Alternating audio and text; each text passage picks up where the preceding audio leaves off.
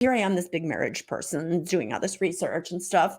And I'm realizing just how selfish both my husband and I were. Because the whole point of me writing this book was I needed to find out if super was accidental or if there was a formula. And I really figured it was accidental. You met your soulmate and sucks to be you, everybody else. Right? So maybe your husband will die and you can do it right the second time. Right? Sure. Literally, those are the thoughts I had. Me and my ex are very close and have a lot of these similarities to what you're describing, which is very good. funny. So I'm going to reconcile you guys. That's my job.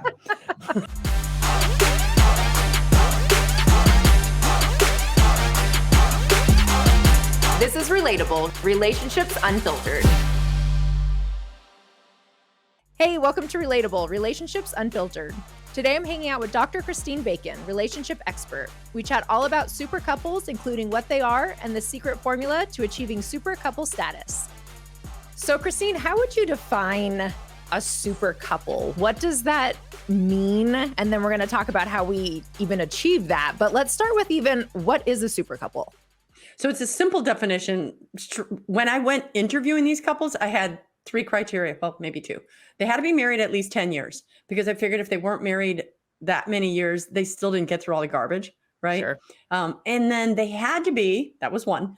Number 2, from the outside looking in, they had to have something special.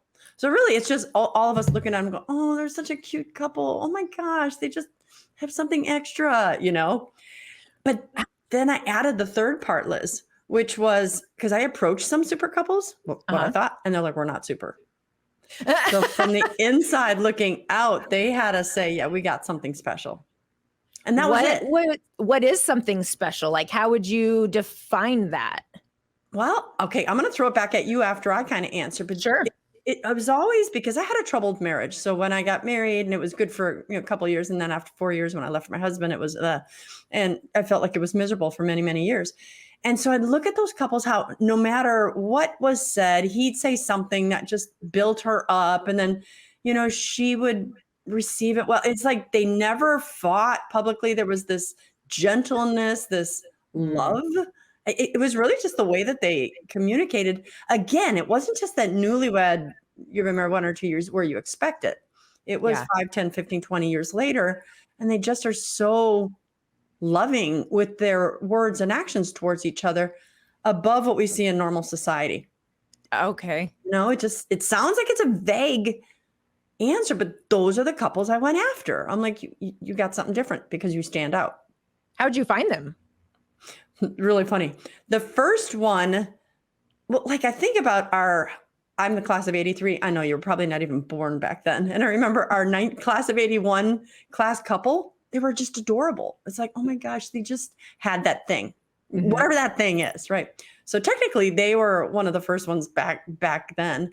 But I went into the newspaper. Someone interviewed me because they knew I was doing this research. So they put me in the newspaper and said, Dr. Bacon's looking for super couples, and kind of put a definition out there. If you know any couple that seems to have that little extra something, contact her. 2 people initially contacted me. They didn't know each other. They both lived in the city of Virginia Beach, and they both pointed to Gina and Dwayne Heidler. They pointed to this couple, another couple pointed to them, and they didn't know each other, and they didn't know that each was calling. And I was like, this has got to be an amazing couple that 2 separate people called in to say, this is an amazing couple, right? So that's kind of how I did it. Now, the other way is I did my doctoral dissertation was humor as a communication strategy in military marriage. So just really studied humor in marriage. Oh, interesting. It was really interesting. And all the questions had to do with humor, except for one, which simply said, rate your marriage. And it was a 1 to 7 scale from extremely unhappy, very unhappy, and unhappy. And then the flip side, which was happy, very happy, extremely happy, and perfect. And so I had 644 people took my survey. 9 of them checked off perfect. And I'm like, those are newlyweds still having sex every day. They got no clue, right? So I wasn't really concerned about them, but I was incorrect because when I looked at the data, those 9 people were married 15, 20, 30 years. Wow. But Liz, I was more concerned with the second column that said extremely happy. Before I answer, because I'm going to tell you that's where I got my super couples from, I'm going to ask you, of all the married couples in the world, you look at them, you see happy couples, right? But of all the couples that are married that you think would check off the extremely happy box. Like, I'm so happy to go home to my spouse. What percent of couples would you think would answer extremely happy? 10. You're way more generous than I am. I was thinking like 2%, right? What was it? 35%. Oh, wow. Right? It was like more than 1 out of 3.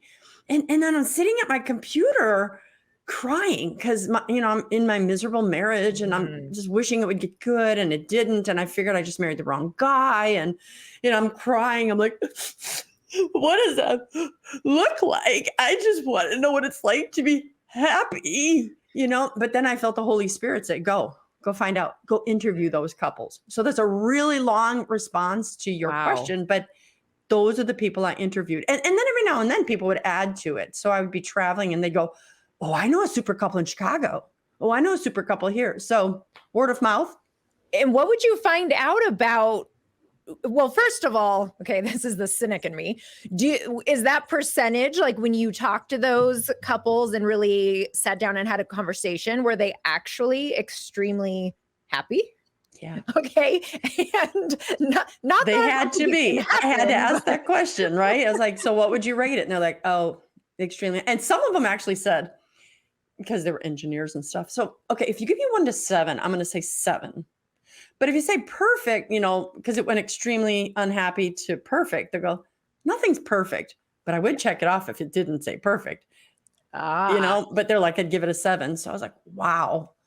And what was involved in it? Like, what were some of these key attributes of a couple who identified as extremely happy? So that's exactly what I asked, because I went in with my own, here I am in my 40s at the time, asking these little girl questions. Like one of the questions I asked was, what do you have that other couples don't? I mean, what makes you super? Right. So I just put it out like that. Do you want the answer? Yeah, absolutely. Okay. So 100% of the men, and this is what was so amazing. I went into the houses of over 50 people, right? And you usually get like 90, 95%. It was 100% of the men, every single man. I'm stressing that for a reason. Every single man, when I asked that question, would go, this woman, let me tell you about her. Let me tell you how this marriage is good because of her. Now keep in mind, these weren't like young couples that were like, oh, honey, stop it. She would hear what he had to say, and with great respect, and, she'd be nodding. She'd go, he's cutting himself short. He's really the reason for this. Yes, those things he said about me might be true for him, but do you know what he's not telling you? He's awesome at this, and this. So whenever I asked 100% of the super couples, what were the main ingredients? What did they do right? 100% of the men pointed to their wives, and 100% of the wives pointed to their husbands. Wow. So they praise each other. They find each other's strengths, and that's what they focus on, is what each of them brings to the table versus what each of them is lacking. Yeah. And that's actually kind of, you're tying in the super couple formula is sacred, SACRED. When I was putting the book together, I was like, well, it could be sacred or scared, but I figure sacred will sell more books, It could really go either way, depending. Probably. Yeah. So you actually, in that response you gave, touched on the E and the A and the S, but I'll come to those, because before I fully kind of go there, I also asked them, did you guys ever have any struggles? I mean, you didn't, right? I mean, like, you just got lucky because, okay, they may be awesome, but you never had any real problems to deal with. And I was wrong, because they dealt with, one of them had a nervous breakdown, they dealt bankruptcy, death of a child, stuff like that. But when I asked about the negative, are you married, Liz? I am not. I've been divorced for about 3.5 years, but I will fill you in on that story here shortly. Because me and my ex are very close and have a lot of these similarities to what you're describing, which is very good. funny. So I'm going to reconcile you guys. That's my job. This is what I do. So 100% of the husbands, when I asked, have you ever had any struggles or problems, difficulties? 100% of the men pointed to themselves, and 100% of the women pointed to themselves. So this is of the entire formula. The S was most important. S stood for selflessness. When it was good, so you kind of touched on it, but when it was good, 100% of the couples pointed to the other. And when it was a negative, they pointed to the self. And I filed for divorce. I was separated 4 years. So I'm feeling you. I know that you're, divorced. And this is why I said I'll talk to you publicly or privately about why I reconcile couples. Because in our bad marriages, when it's good, we point to ourselves. And when it's bad, we point to them. Absolutely. And we have it all backwards. Yes. Yeah. And that is so true. I talk with so many of my clients about that exact thing. When we can't look at our role and we can't look at what we're contributing to the dysfunction, because you're right. When things aren't going well, we all of a sudden, we all develop this external locus of control, right? Everything is happening to us. But then when everything is going great, we point to, oh, look at all this hard work I'm doing. Look at all these efforts I'm putting in. And I believe that you're exactly right. It is the flipping of that to be able to point out our partner's strengths and then to have self-awareness around our needed areas of growth. Yeah. That I noticed that the functioning. Right. Yeah. So as I'm interviewing these couples, I feel like they're making love in front of me in their living rooms. I literally, Liz, felt like this, like I was privy to something, and it's like this flow, and I didn't want to break what I was seeing, but I was convicted because here I am, this big marriage person doing all this research and stuff. And I'm realizing just how selfish both my husband and I were. When it was good, I was like, it's because I'm a really good communicator and I got my PhD in that and I do this. And when it was bad, I was like, it's my husband doesn't listen. He's defensive. He's a jerk, stuff like that. And so kind of subconsciously, kind of consciously, as I'm being convicted, I start coming home and doing in my own marriage what I saw them doing, because the whole point of me writing this book was I needed to find out if super was accidental or if there was a formula. And I really figured it was accidental. You met your soulmate and sucks to be you, everybody else. Right? So maybe your husband will die and you can do it right the second time. Right? Sure. Literally, those are the thoughts I had. But when I realized it was a formula, and then I started going and being more selfless in my responses towards my husband and things that we were saying and doing, and him not realizing he was a marital guinea pig, though he should have, because he's married to me, right? Sure. He started reciprocating. Yes. Change breeds change. It was tremendous. Yeah. And it took us 20 years to be miserable. And so mentally, I thought it would take like 20 years to be happy. That's just not how it works. I'd say God is so gracious, right? Because very quickly I said something good. He did something good. I did. And it starts spiraling in the other direction. And we went from unhappy to happy in 2-3 years. And so starting by, it sounds like putting more focus into what he was doing well. And so giving more opportunity to praise that, to point out, being less critical. And so there was a sense of safety, it sounds like, because that really is the foundation even for intimacy, being, defined as a sense of closeness. So not referring to just physical intimacy, but intimacy in a relationship is about closeness and connection. Yeah. And that intimacy cannot exist without safety. And the safety cannot exist when you're constantly picking at each other and pointing out each other's flaws. Right. Because I'm going to put a wall up. I'm not going to give you an opportunity to beat me up verbally. Exactly. And so being so guarded, prevents the closeness. So I love that. And that's such an applicable, first thing to change. As people are listening to this, really checking in on how are you showing up for your partner? How are you pointing out their strengths? How are you lifting them up day in and day out? And if you're not, sounds like exactly what you did was like, where can I start and how can I just implement small change here? Yeah. Again, you just crossed over to the A and the E. The A is attentiveness. The E is encouragement.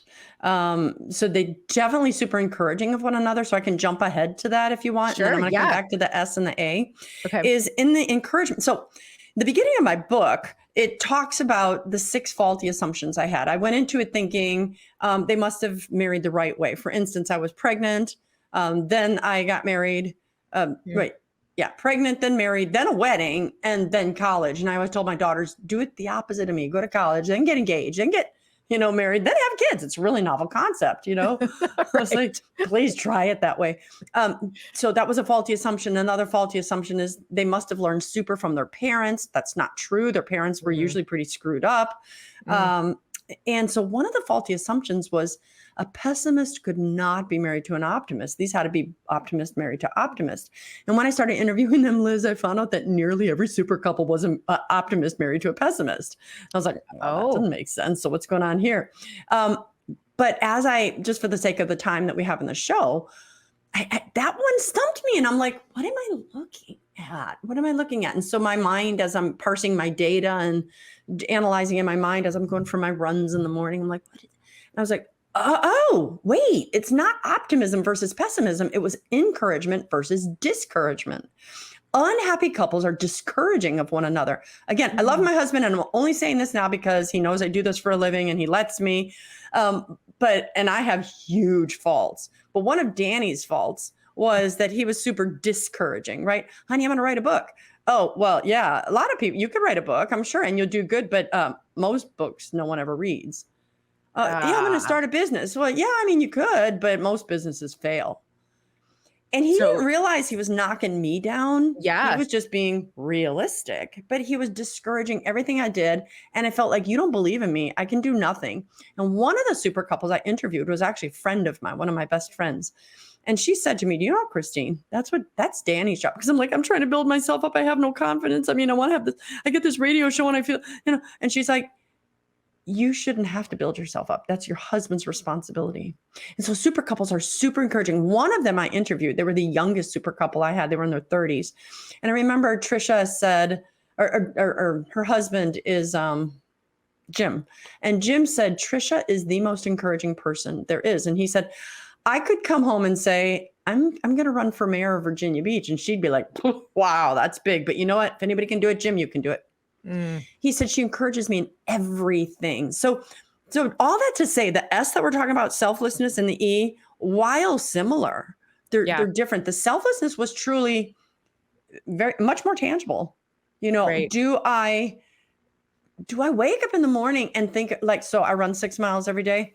So do I get up and think about my exercise, or do I know that since my husband's going to be running out the door too, do I make his cup of coffee? I don't drink coffee in the morning, so I would just go for my run. But I noticed that super couples are like, well, if I can make him his cup of coffee, I'll do it. One super wife woke up at 4 a.m. because her husband ran a radio station and she would iron his pants for him. I'm like, what the heck is wrong with you, right? Why don't you let him iron his own dang pants, right? I like my sleep. She's like, well, she goes, he liked having his pants ironed. And I said, well, why don't you just iron them, a day or two in advance? You can sleep. And she said, he likes to wear them warm. He liked him warm. He liked him iron. And she's like, why would I not want to do that for him? He means so much to me. Well, Christine, then I go back to bed, right? Like, yeah, no wonder I'm divorced because right? Me too. I mean, I'm not, but I almost was. But it was this act of selflessness, which was, each marriage was different how they did it. And, did you make time to have lunch with your spouse over your best friends? And of course you can have best friends, but my super couples were like, well, if I could be with a best friend or my spouse, why would I not want to be with my spouse? So they really prioritized each other, and that they started the selflessness even starting with how can I meet their needs day in and day out, and what are even some of these more subtle needs. And so it sounds like even in your relationship, some of those being more covert jabs that would wear on you over and over. Yeah. And also created a disconnection. Now, after all of these years of doing this work, and so you talk about your friend saying it was your partner's job to encourage you and to lift you up. And while I definitely agree that, yes, our partner, that is a responsibility of theirs, do you believe that it is solely? So when you say that, she said that's not your job, that's his job. What's the gray area of that? Yeah, so it's not solely his job. I mean, there's got to be this realism, right. But even if I'm about to, so let's use finances, because, many times you see like a husband, men tend to be more risk-taking by gender than women. So I remember once them saying my husband was going to get into this really big venture that I did not agree with, and I didn't think it was going to be good. But in our bad marriages, we tear them down. It's like, you're going to screw things up. Don't do that. That is bad. But in these super marriages, of course, the C in the formula, SACRED, is communication. So we can get to that, the differences between the male brain, female brain, and how we communicate. So first of all, they communicate with gentleness. You cannot be a super couple if you're not honest. Honey, I don't think that's a wise thing to do. Here's some of the things that can go wrong. And but they would ultimately not name call or call him a moron, or, I'm not going to support you if you do that. They'd put their opinion out there. Don't do A, B, and C. I just don't think it's wise. If the spouse did A, B, and C, the super wife, in this example, because it's a wife, wouldn't say, told you. It'd be like, well, not now, there's a lesson learned. We can't, let's not do that again next time. She wasn't comfortable when he did it, and he was more apologetic when he did. Like, because he was built up. And again, one of the problems we have in today's society is everyone, again, you're so young, don't even know where it's going to lay with you, is this idea that the man is the head of the household. So I'm a super alpha female. Mm-hmm. One of the things about alpha females is we think, well, if I want my husband to be my head, does that mean I have to get weaker? Right. Which isn't the truth, because I'm like, how do you do that? And so the job is, super wives are better at elevating their husbands. Like, I'm type A, but I will make my husband be a better leader if I'm encouraging him and still being my awesome self and doing all the things that I do. But we tend to think it's like, I have to be the submissive the Duggar family. And then, you woman, go get me a cup of coffee, and it's not the case. It's My Big Fat Greek Wedding. Did you ever see it? Yes. Love it, right? So funny. So the part where Tula is like, Mom, can I go to college? Why do we have to ask Dad? Why does he get to be the head of the household? And the mother goes, Tula, the man is the head, but the woman is the neck. Right? Do you remember that? You probably don't, but it was awesome. Yes, no, absolutely. And so you realize, okay, so God made men the head. I can buy that. But if I'm a good neck, I'm not saying, Danny, you're a freaking moron. Do it this way. I'm going to be like, you're really good at such and such, but have you considered this? Or you might want to be able to. And so if you're really good, how do you think Eve got Adam to bite the apple? Danny and I joke about it. We call it the cleavage factor. Right? Yes. Yeah. And I think that I was raised very much in religion. And so the head of the household and all of that. And so I had a lot of pushback on that for many years. And I definitely identify as the alpha female as well, type A and overachiever and all of those things. As I have matured, I've realized that I do want a man that has that more dominant energy and that can be the head. I do like that, the protector, the provider. We don't mind following if Right. we trust that you're not going to lead selfishly, And that you're going to lead in a way that's good for me and my kids, your kids. Right. And also can keep you safe. So they're willing to be the protectors. So yes, selfishly is part of the concern, but then also that they're not going to be passive, because as soon as a man is passive with me, I'm going to take the reins, right? That is just, that's how I was wired to keep myself safe. And so I'm completely fine doing that.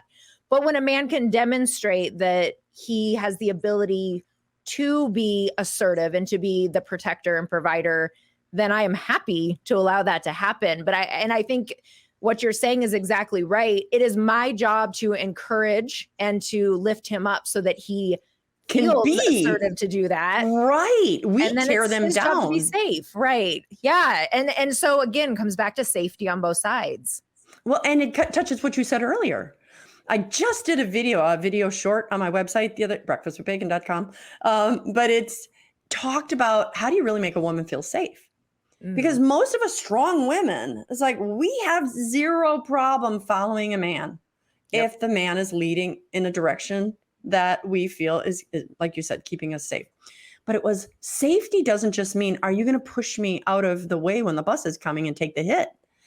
I want to feel safe. I have had so many women, because I see my clients lately in my office say, I don't feel safe with my spouse. Like, there was this one couple where the mother, they were husband, wife in a car, wife and son and daughter and son-in-law in the backseat, right? Mm-hmm.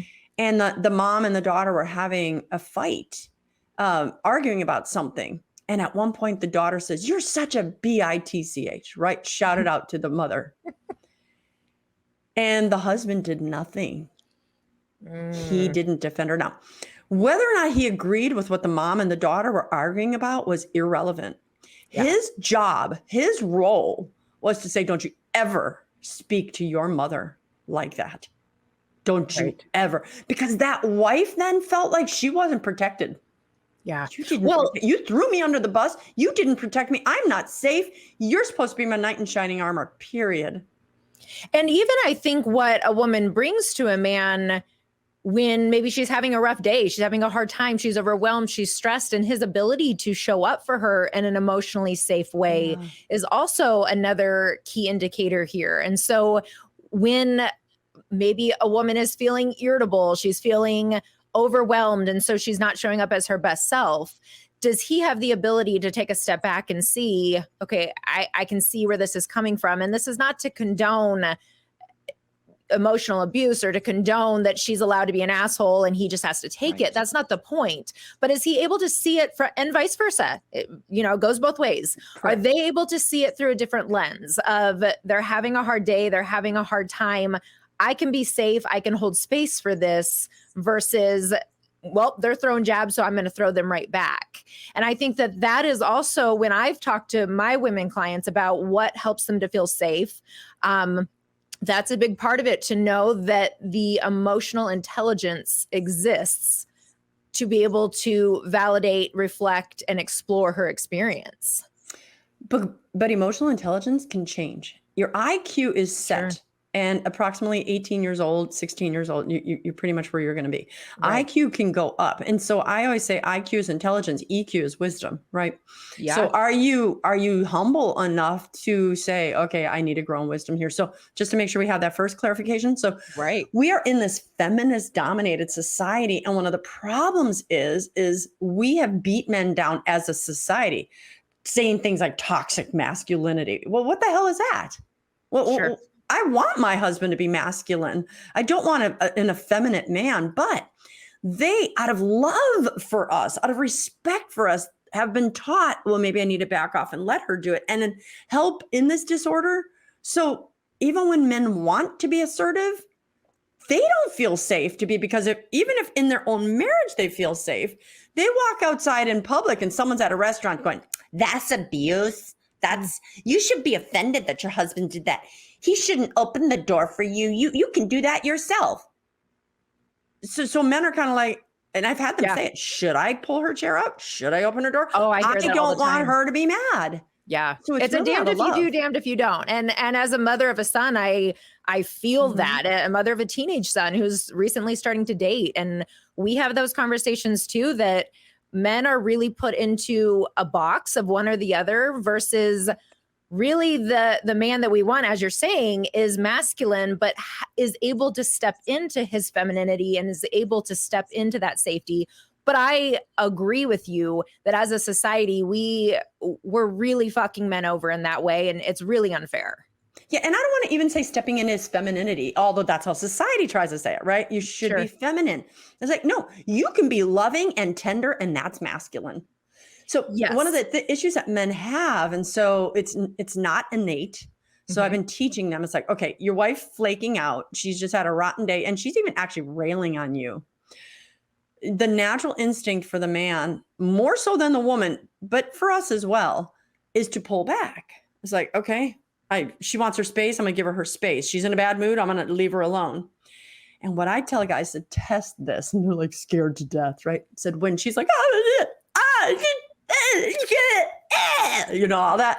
I'm like, I want you to lean in physically, and I want you to grab her and put her in your arms and hold her, even if she's like, Now there are some situations where like you just had a massive, I just called you a whore and you just called me a, you don't want to, right. But if maybe don't lean in at that moment. You might not want to, you might have a knife, but if it's just a genuine, she's screaming and I had a bad effing day, my boss is, and then he had the nerve to do it, right? And you see your wife turning into the exorcist. And I said, just test this. Lean in and hold her, because what she's looking for is, like you said, safety. Yeah.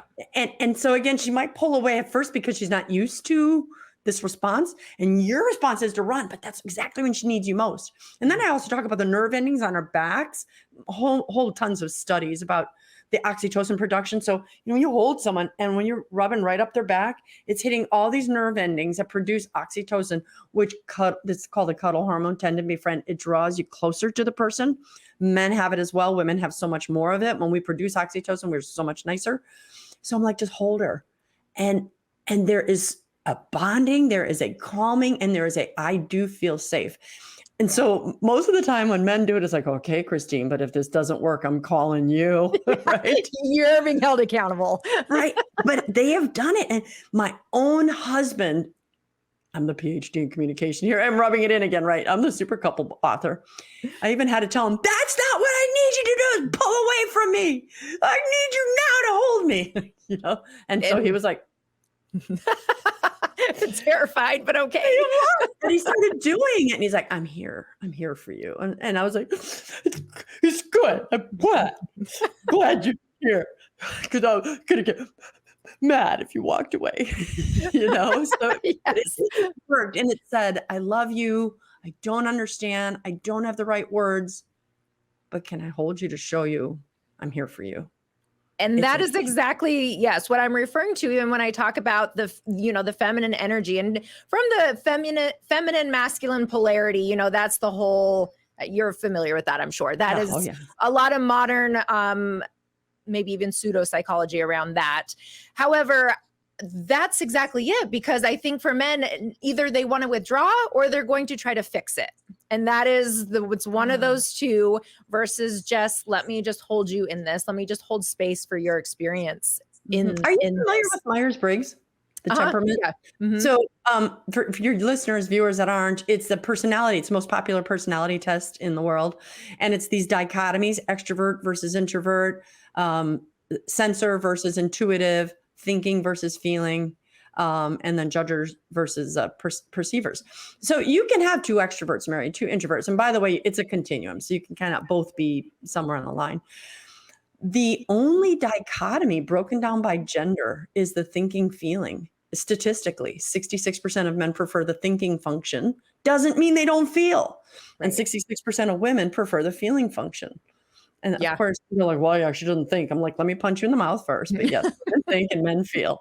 Right. But I have a deep faith. And so I look at this and I'm like, God could have made us alike, but I think he purposely made us different. I joke to irritate us, right? No, but so I would have to learn, if the two are going to become one, my husband's responsibilities are to shave off my rough edges and mine are to shave his off. So that thinking feeling is really a decision-making function. And if I'm like, well, the kids are really, I know I said that I'd just ground them if they didn't make their bed, but they've really been getting along well. I was like, no, that's a decision based on feelings. Mm-hmm. And the man might be like, you told them A, B, and C. So bottom line, first, people second. Is either one of those decision-making means better than the other? No. But if you're a thinker married to a feeler, and by the way, when both of my daughters got married, they were both the opposites. They were both thinkers, and both their husbands. I was going to say, that would be the gender norm, but not always the case. I'm definitely the thinker. Yeah. But what is your husband? What was your husband? Because almost all thinkers are attracted to a feeler. And he was a feeler. Yes, absolutely. Exactly. Yeah. It is amazing. That's it's the anxious avoidant dance as well that we see, right? And there's so much critique that goes into what happens when an anxious and avoidant end up together, but it truly is the anxious and the avoidant that need to end up together, so that there is the pursuer. It balances it out, right? Because if you think about two avoidants, that can't be a thing. They're not going to engage in two people who they end up getting divorced because they haven't resolved any conflicts. Yeah, they haven't probably talked in the vast majority of their entire marriage, and then two anxious people is a complete cluster. And so, yes, obviously, there's areas of improvement and growth that have to take place with the anxious and the avoidant. There's also a lot of strength and value in that dynamic, because they can push and pull and draw into each other when needed. Yeah, I call them the stuffers and the escalators when it comes to conflict, because all of the things you're talking about, they're fine until we have conflict. And that's when it manifests. Yeah. Right. So the stuffers will stuff it in, and the escalators, like, I'm going to tell you everything I'm upset about. And when I do this activity that I do with them, I have the stuffers on one side, the escalators on the other. And then the stuffer's like, what is one thing that really annoys you about, the escalators? And it's like, they get in your face. They get too hyper, too emotional. Okay. What is one thing you escalators, get annoyed by the stuffers? It's like, well, they don't say anything. You never know when they're mad. So then I go, okay, so what is one thing you appreciate about each other? And then the stuffers will say, well, at least with them, we know what the issue is. At least they'll address it, because if they don't, nobody will. And then the escalators say the same thing. They're like, one thing I appreciate about the stuffers is that they keep their emotions in check. I'm like, hot. And they're like, chill. And so when you start realizing that there's pros and cons with both of your styles of communicating / conflict handling, you come to the middle ground, which you had alluded to earlier, which is being an assertive communicator. We don't want to be aggressive, because then that only meets my needs. We don't want to be passive, because that only meets everybody else's needs. Assertive communicators balance your needs and my needs, going, well, hold on, Liz. Yes, that might be how you feel, but here's how I feel. Yeah. So if we can be assertive, i.e. balancing both people's needs, conflicts get resolved and relationships remain intact. Because clear is kind, as they say. When we have clarity around how we're feeling about something, we can communicate that openly and honestly, but also be able to sit and be reflective to what we're hearing. The nonviolent communication model, really, of the taking turns between giving and receiving, and then really sitting with that, though, and listening so that you're really hearing what is being said, not formulating your next thought process. That is when conflict is resolved, because really you guys are going into it as a team. Like, let's face the conflict together, versus a you versus me thing. I want to, though, ask you real quick, what is the sex life of these super couples, and how does that play a role in this? I asked them that question too, and they were like, well, these aren't the questions we expected you would ask. Wait, I didn't sign up for this. But they were like, so they said, I'm trying to think of like a mass way, especially when they were older. So they'd been married 20, 30, 40 years. They were like, the sex was all about how you love me. So I remember one couple, I'm not going to name their names. They're like, we're older now and we can't make love like we used to, but there's a tenderness and a maturity, because he knows me and my body, and I can't do what I used to do, and I know his. And so they've incorporated like this, the emotional intimacy and the sexual intimacy is just so powerful. They say that sex is better over time. Yeah, I hear that even a if lot. it's less frequent, and even if it's less, fully, what's the word I'm looking for? The typical penetrating. Well, like the typical. Oh, sure. We have penetration. Penetration, sure. Climax. We finish. Yeah. Yeah. Sometimes if they don't have climax, or if they don't, but they're like the love, because this person knows me and I feel their love just by laying here and doing what they can do. Yeah. So sex is all about the heart first. And that's why this hookup culture is so sad to me, so horrible, because the very thing they're seeking is the very thing that they're pushing away, only to reach climax, which lasts for all of, 2 minutes. Let's give them 20 tops. Yeah. Right. So you get the climax, you're done. And as soon as you're done, you lay there and you're like, what the hell did I just do? And who is this person? And then the embarrassment sets in. But if you've made love to your spouse and you've just had climax, oxytocin increases with ejaculation. So for men, that is the one point in their day that they will have more oxytocin than any other time.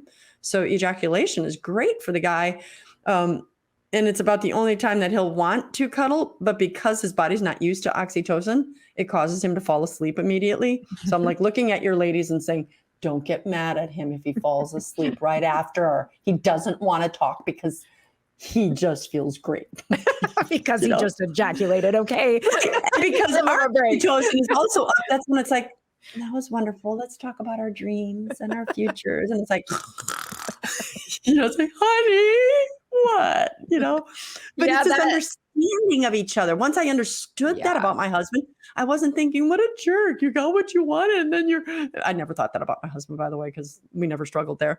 But it's like, oh, this was good for him and his body's doing this. And so you study each other and you love each other. And so the formula, SACRED, the R is respect. And you alluded to everything. And that's what it is. I respect our differences. I respect that you're a male and I'm a female and we're not the same. And you're trying your hardest to please me regardless, Yeah. The emotional intimacy piece of that, which I love. So this whole formula really boils down to emotional intimacy, which is very much what I reference when I talk about how to improve physical intimacy. It has to start by improving the emotional intimacy. And I really do agree with you when it comes to the hookup culture and really the toll that takes on a lot of people. And while, that's not about sex shaming, like people have the right to do what they want to do. However, from a psychology and a biology and from a scientific basis, there's a lot of void and a lot of emptiness that comes along with hookup culture.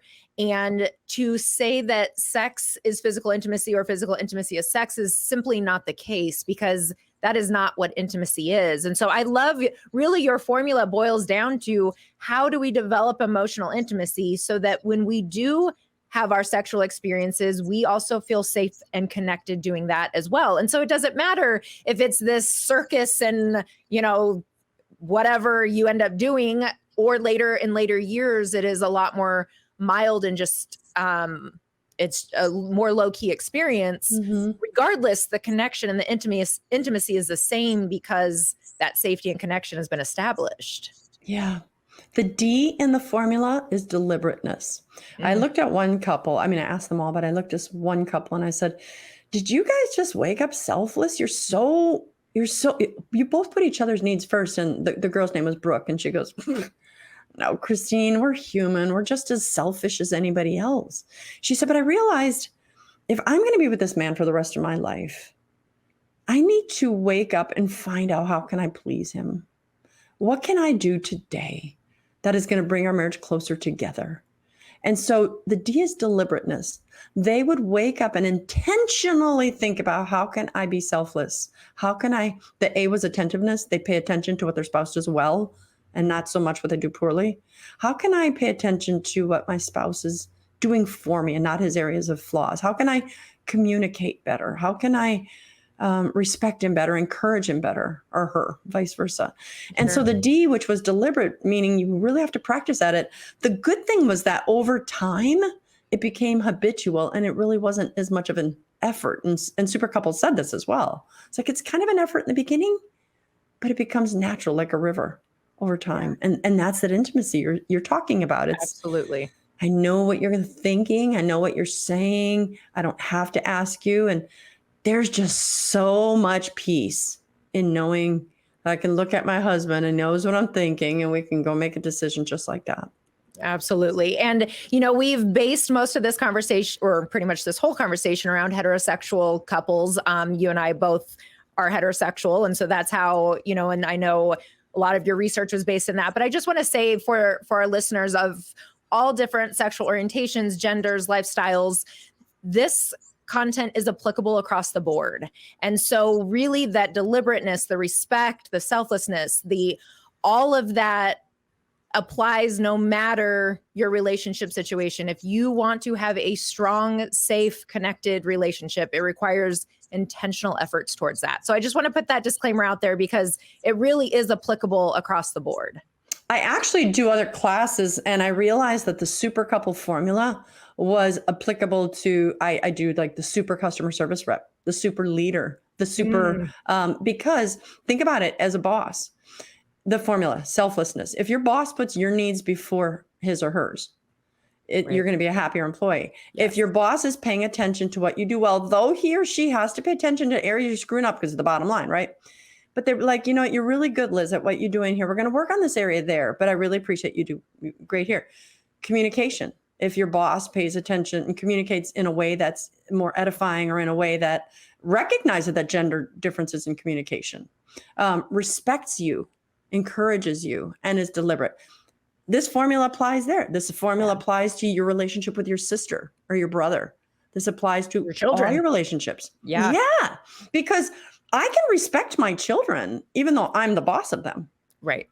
And Absolutely. so, yeah, it's a fantastic formula. And I was like, this is put others Nailed before it. thyself. Yeah. Yeah. I'm Good like, this is work. good. Yeah. It's a great book. A great book. Sorry, I'm talking about myself. Like, it's a great Well- book because these couples were great and they let me into their lives. Yeah, I mean, it is. I love it's so applicable, it's so relatable, it's anecdotal. What you're pulling from is real life experiences, which is what I love to pull my information from, and a lot of it is personal, and I think that is where the best information comes from, really lived experiences. So That's why I love Christine- watching these couples. Sorry. yeah, no, I really appreciate you being here. Where can people find your book, your super book, and where can they find your website and on social media, everything like that? So anywhere books are sold, Books A Million, Okay. Barnes and Noble, Amazon. You can go to my website, breakfastwithbacon.com. I have a podcast. Well, of course, when you marry a guy whose name is Bacon, your show is going to be called Breakfast with Bacon. It's fantastic. Clearly. Love it. What other option Yeah. did you have? Right? My maiden name was Block. And so it's like breakfast with Block wouldn't have been as much fun. Do you want a fun little tidbit? My sister-in-law, Danny's brother, Steve Bacon. You want to know who he married? Yes, I was trying to think for a second, but go for it. He married Yvonne Burnt. She is now Yvonne Burnt Bacon. Yeah, Well, it's that not even is a joke. Perfect. She had a hyphen it, right? She didn't though. So Oh, we tell her What a that. Yeah. waste. But yeah, I know, right? So breakfastwithbacon.com, you can get my book and you can find all the rest of the stuff. But that's pretty much where you can find me on Instagram, Facebook, Rumble. So Breakfast with Bacon. You can also find Dr. Christine Bacon, but no one remembers that. They're always like that Breakfast with Bacon lady. So yeah, get a copy of the book. But what I give this out to people as they get married, not because I'm like, oh, look at me. It's because these couples saved my marriage. All I did was have the privilege of putting what I saw in their love and their living rooms together and seeing the formula. So if you want, I've had people post a review saying, if you're divorced, read this. You'll learn where you messed up and maybe can fix it. If you're happy, but you're not extremely happy, get the book. If you are dating and you want to be, a super spouse, this is a formula that is timeless because when should you not be selfless? When should you not pay attention to what people are doing well? Right. When should you not communicate? So yeah, breakfastwithbacon.com, but you can get it on Such Amazon. important skills. Yes. Thank you so much. I really appreciate you being here and so many applicable takeaways. And yes, go get the book. Such good information. Thanks again, Christine. Thank you. God bless. Thanks, Dr. Bacon. That was super. And thank you all for hanging out on Relatable Relationships Unfiltered. Make sure to subscribe to our YouTube channel, sign up for my newsletter, and find me on Instagram at Dr. Elizabeth Fedrick.